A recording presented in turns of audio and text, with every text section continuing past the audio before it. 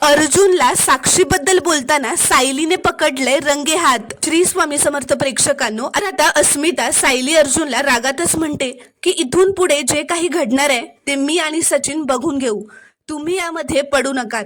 तर आता अर्जुन खूपच रागात खोलीत आल्यावर खूपच चिडचिड करत असतो आणि म्हणतो की अजूनही खोटं बोलतोय तो सचिन, आणि अस्मिताताई का त्याच्यावर विश्वास ठेवते, पण जे सांगतोय त्यावर अस्मिताताईला विश्वास का बसत नाहीये।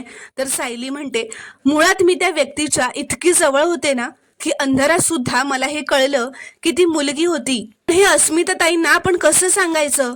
तर इथे दुसऱ्या दिवशी चैतन्य अर्जुनला भेटायला आलेला असतो। तो अर्जुनला असं म्हणतो, तू इन्स्पेक्टर सावंतांना फोन केला होतास का।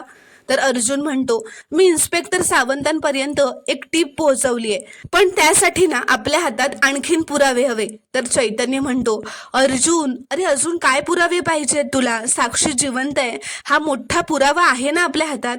तर अर्जुन म्हणतो, अरे साक्षी महिपतला भेटायला कधी ना कधी येतच असणार।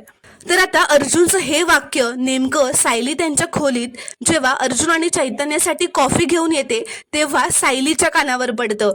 म्हणजे सायलीच्या कानावर हे पडतं की साक्षी अजूनही जिवंत आहे आणि ती महिपतला भेटते, आणि ते तिने अर्जुनच्या तोंडून ऐकलेलं असतं। मुळे तिला खूपच धक्का बसतो आणि ती अर्जुनकडे बघतच राहते, आणि अर्जुन सुद्धा मागे वळून बघतो तेव्हा सायली मागे येऊन उभी असते आणि तिने अर्जुनचं बोलणं ऐकलेलं असतं। त्यामुळे आता अर्जुन सुद्धा खूप घाबरलेला असतो। तर प्रेक्षकांनो, आता अर्जुन सायलीला हे सत्य सांगणार का, आणि अर्जुनने सायलीपासून हे सत्य अर्जुनपर्यंत लपवून ठेवलं होतं हे सायलीला कळताच ती पुढे काय करणार हे पाहणं आता खूपच रोमांचक ठरणार आहे। ते पाहण्यासाठी चॅनलला प्लीज सबस्क्राईब करा आणि व्हिडिओला एक लाईक नक्की करा।